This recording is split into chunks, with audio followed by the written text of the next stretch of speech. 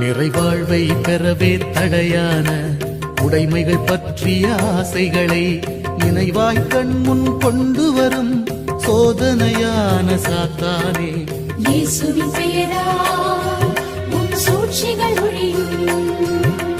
அந்தோணியாரின் திரு ஜெபத்தால் மடியும்.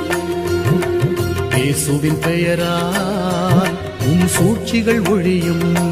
பெரிய அந்தோணியாரின் திரு ஜெபத்தால் மடியும்.